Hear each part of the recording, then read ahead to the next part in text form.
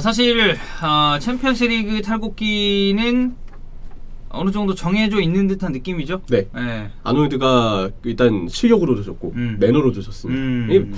아놀드가 좀 이런 게 있어요. 다혈질이에요, 되게. 네. 요즘에 로버슨이 그때 메시 한번 되게 지나가다가 뭐 이렇게 팔로 딱 누르고 가가지고 이게 손을 손을 눌렀구나. 네. 그래서 되게 논란된 적이 있었잖아요. 이거 엄청 먹었죠. 본인이 그리고 사과를 했죠. 네. 내가 이제 경솔했다라고 네. 했고 그 뒤로 본인이 그래도 자제하는 모습이 좀 보이는 것 같아요. 근데 리버풀에서 요즘 말썽인 선수들이 첫 번째로 마네가 있고 또 아놀드도 요즘에 보면은 약간 이제 이런 모습들이 보여서 팬이 보기에도 약간 좀 걱정되는 네. 이러면 안 되는데 약간 이런 상황들이 좀 보이는 것 같습니다. 네네.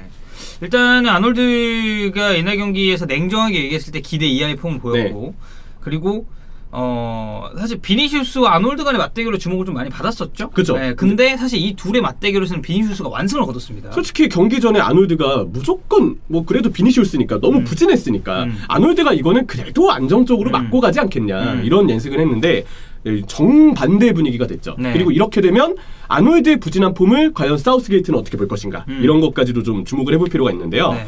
일단 아놀드한테 앞으로 3월부터 시즌이 끝날 때까지의 활약이 중요할 수밖에 없는 이유가 다분합니다. 왜냐하면 이번 3월 잉글랜드 대표팀 이 월드컵 예선 명단에 탈락을 했어요. 그렇죠. 이제 트리피어, 리스 제임스 그리고 이제 워커가 포함이 됐어요. 그렇죠. 이제 발표됐을 때 라인업 봤을 네. 때 그래서 사우스게이트 감독이 아놀드 제외 이유를 본인이 설명을 했죠. 최근 경기력이 몇 년간 보여준 퍼포먼스에 못 미친다. 근데 이게 맞는 말입니다. 그건 그래요. 네. 왜냐면 그 전에는 진짜 뭐 유럽 정상급 오른쪽 풀백의 모습을 보였으니까. 월드 클래스급 풀백이다 이런 얘기도 있었으니까. 그렇죠. 반면 트리피어와 리스 제임스는 매우 잘하고 있다라고 해서 아놀드의 제외 이유를 설명했던 사우스게이트인데요. 맨로는 최근에 또 이런 얘기를 했습니다. 아놀드가 유로 본선 명단에서 제외될 수 있다. 그러니까 월드컵 예선이나 이런 게 아니라 다가오는 유로 본선. 그렇죠. 본선 네. 명단에서. 그렇죠. 이 사우스게이트 감독과 홀란드 코치가 리스 제임스를 현재 매우 좋아하고 있고 현재 아놀드보다 리스 제임스가 우선순위에 있다라고 얘기를 했어요. 네. 왜냐하면 지금 대표팀의 붙박이 주전은 트리피어라고 봐야 되거든요. 특컴이 워낙 이 킥을 잘 차기 때문에 특컴이 사우스게이트의 1차 신뢰를 받고 그 백업 자리에 이제 리스 제임스가 지금 경쟁을 하고 있다고 보면 되는데 문제는 지금 이 리스 제임스가 오히려 아놀드보다 우선순위에 있다라고 맨론을 주장을 한 거죠. 그리고 우리 이제 아그본나워, 네. 효과본나워라고 얘기했던 아그본나워도 최근에 인터뷰를 했는데 아놀드 유로 포함 안 될 수 있다. 그러니까 약간 이게 축구계 어떻게 보면 이들이 선배이자 그러니까 되게 괜찮았었던 네. 선수들이었잖아요. 잉글랜드 선수기도 있었고. 네, 그렇죠. 그러니까 자국 그쵸. 이제 선수였으니까. 그러다 보니까 아놀드한테 위기를 최근에 좀 지적하는, 네. 제시하는 이런 목소리들이 좀 나오고 있습니다. 네. 그래서 아놀드가 요즘에 도움 기록했잖아요. 아스날전에서 했죠. 본인도 뭔가 각성을 했는지 1도움을 이제 아놀드전에 아스날전에 기록을 했고 클롭 감독도 그 경기가 끝나고 아놀드를 격려했습니다. 나는 아놀드가 대표팀에 포함되지 않은 것에 놀랐다. 결정은 존중하지만 이해가 되지는 않는다. 근데 뭐 저는 이건 제 사견이지만 이 측면에 있어서는 저는 클롭이 얘기한 이런 부분 뭐 물론 다 이제 개개인의 의견이 있는 거니까 클롭의 의견도 있지만 저는 사우스게이트나 아그본나우 쪽의 의견에 조금 더 동의하는 바예요. 그 클럽도 이거는 할 수 있는 말이라고 생각해요. 당연히 할 수 있죠. 소속팀 감독 FM에서도 이런 선택지 있잖아요. 그쵸. 그러면 이걸 선택해야 되거든요. 네, 대표팀에서 활약 어떻게 막 보십니까? 이런 거 했을 때만 대표팀 뭐 그만한 선수 없습니다. 이런 식으로 이제 얘기를 하니까. 그러니까. 예. 그래서 클럽도 할 말을 했고 사우스게이트도 본인이 선택하는 거예요. 그렇죠. 이거는 각자 이제 할 말을 했다고 할 수 있고.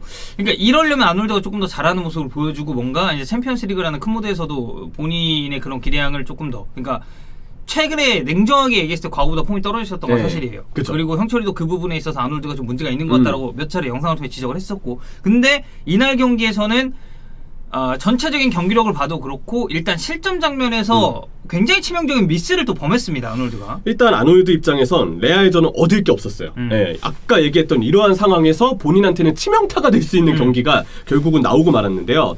36분이었습니다. 이제 두 번째 실점 과정에서 교수님이 롱패스를 올렸고 근데 솔직히 교수님의 롱패스가 개쩔긴 했어요. 그리고 약간 계산했을 수도 있다고 생각해요. 크로스 정도의 축구 지능이면 약간 그쪽의 뒷공간을 보면서 상대가 처리하기 어렵게 만들려는 기습적인 타이밍을 노리지 않았을까.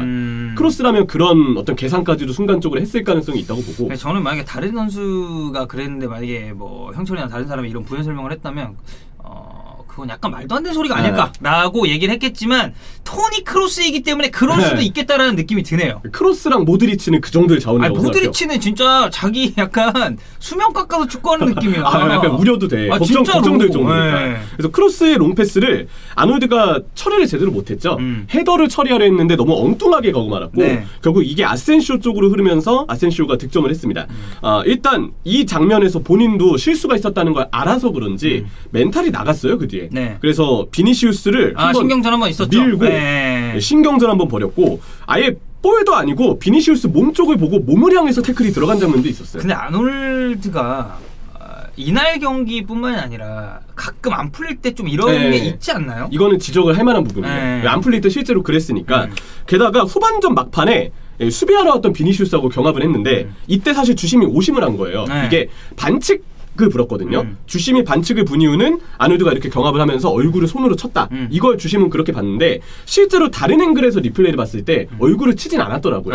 그래서 이거는 오심이 맞습니다. 근데 문제는 사실 이때 리버풀이 한 골 계속 따라가야 되잖아요. 그렇죠. 그냥 시간 지연할 필요도 없이 바빠 죽겠는 상황이지. 공격을 해야 돼. 물론 이제 뭐 수비로 빨리 전환을 하든지 경기가 지연될 이유가 없는 상황이었는데 근데 오히려 아놀드가 계속 주부심한테 뭐라 하면서 괜히 시간을 오히려 쓴 거예요. 그러니까 이 선수가 경험은 되게 많이 쌓았습니다. 챔피언스리그 우승도 했고요. 리그 우승도 했고 그리고 그 중심에 있었습니다. 정말 주역이었는데 나이가 많은 선수는 아니에요. 1군 무대의 모습을 드러낸 지가 불과 우리가 사실 한 두세 시즌 전까지만 해도 그냥 되게 괜찮은 유망주 이런 식으로 아놀드를 표현을 했었는데 17, 18할 때만 해도 조고메스가 전반기 때만 오른쪽 백 나오고 그랬으니까. 그 시즌에 이제 아놀드가 나와서 막 존나 개쩌는 프리킥 몇 개씩 넣고 그랬던 기억이 나요. 호펜하임전도. 그래서 제가 그 프리킥을 아마 중계를 했었던 걸 그랬을 거예요. 그래서 딱 그러는데 사실 요 몇 시즌간의 아놀드의 기량이 굉장히 이게 좀 급격하게 수직 상승한 감이 좀 있죠. 그렇죠. 근데 뭐 이제 올 시즌 특히 이 장면에서 보여줬던 거는 리버풀 입장에서도 시간이 그렇게 소요하는 거는 좋지 않고 무엇보다 불필요한 경고를 받았기 때문에 그렇죠. 분명히 타격이 될 수밖에 없었다. 보기 좋은 행동은 아니었고요.